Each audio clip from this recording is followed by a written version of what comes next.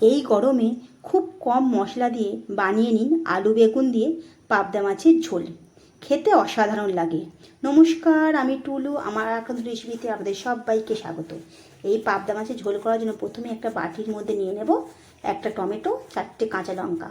অল্প জল দিয়ে এটা আমি সেদ্ধ করে নেব।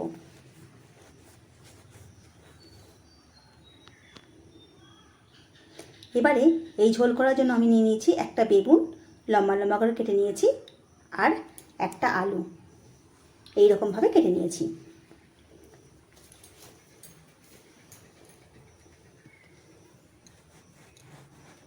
এবারে নিয়েছি পাবদা মাছ।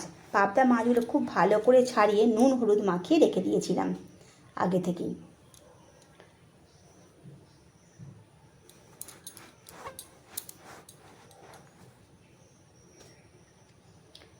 এবারে টমেটো কাঁচা লঙ্কাটা সেদ্ধ হয়ে গেছে।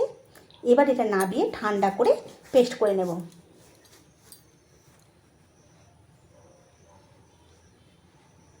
গ্যাসে একটা কড়া বসিয়ে নেব। দিয়ে দেবো বেশ অনেকটা সর্ষের তেল। তেলটা খুব ভালো করে গরম হয়ে গেলে প্রথমে আমি বেগুনগুলো ভেজে নেব।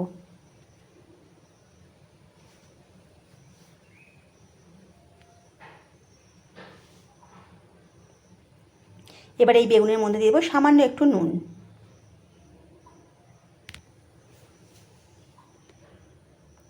বেগুনগুলো খুব ভালো করে ভেজে নিতে হবে।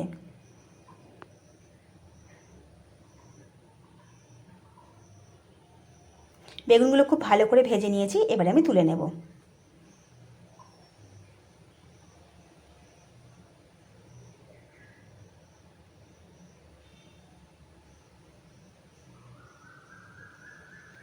এবার এই একই তেলে দিয়ে দেবো কেটে রাখা আলুগুলো।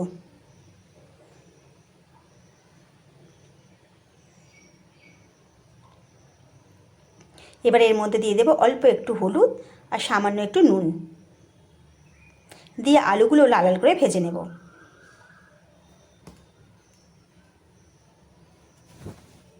আলুগুলো খুব ভালো করে ভাজা হয়ে গেছে। এবার আমি তুলে নেব।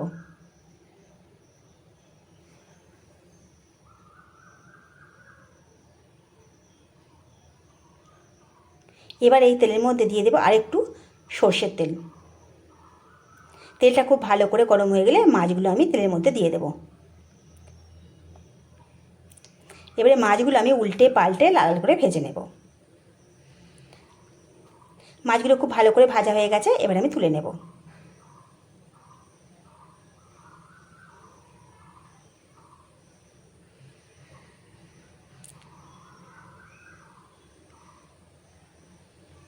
এবার এই তেল থেকে অল্প একটু তেল তুলে নেব।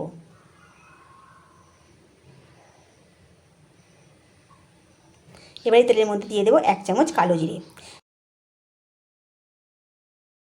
কালো জিরেটা খুব ভালো করে ভাজা হয়ে গেলে টমেটো কাঁচা লঙ্কার যে পেস্টটা করে রেখেছিলাম সেটাই তেলের মধ্যে দিয়ে দেব। দিয়ে খুব ভালো করে কষিয়ে নেব। দিয়ে দেবো এর মধ্যে 1 চামচ জিরে গুঁড়ো, 1/2 চামচ হলুদ গুঁড়ো, স্বাদ মতো নুন। মশলাটা খুব ভালো করে কষিয়ে নিতে হবে তেল ছাড়া না পর্যন্ত। মশলাটা খুব ভালো করে কষানো হয়ে গেছে, তেলও ছেড়ে গেছে। এবারে দিয়ে দেবো ভেজে রাখা আলুগুলো।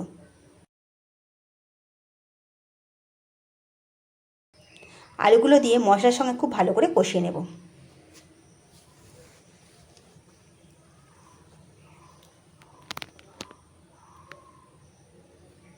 খুব ভালো করে কষানো হয়ে গেছে। এবারে দিয়ে দেবো বেশ অনেকটা গরম জল। খুব ভালো করে মশলার সঙ্গে আলুর সঙ্গে মিশিয়ে নেব। এবারে গ্রেভিটা খুব ভালো করে ফুটতে দেব। গ্রেভিটা খুব ভালো করে ফুটে গেলে দেখে নেব আলুগুলো সেদ্ধ হয়েছে কি। এবারে দিয়ে দেব ভেজে রাখা মাছগুলো।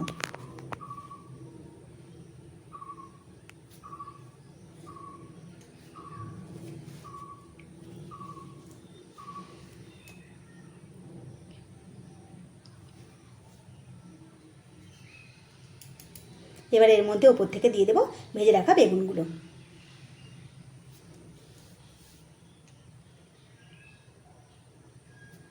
একটু মিশিয়ে নেব। দিয়ে দেবো ওপর থেকে একটা কাঁচা লঙ্কা। চাপা দিয়ে 2 মিনিট ফুটতে দেব। 2 মিনিট পর আসছে। আলু বেগুন দিয়ে পাবদা মাছের ঝোলটা আমার হয়ে গেছে। খুব কম মশলা দিয়ে এই পাবদা মাছের ঝোলটা খুব সহজেই হয়ে যায়। এবার এটা আমি নামিয়ে নেব।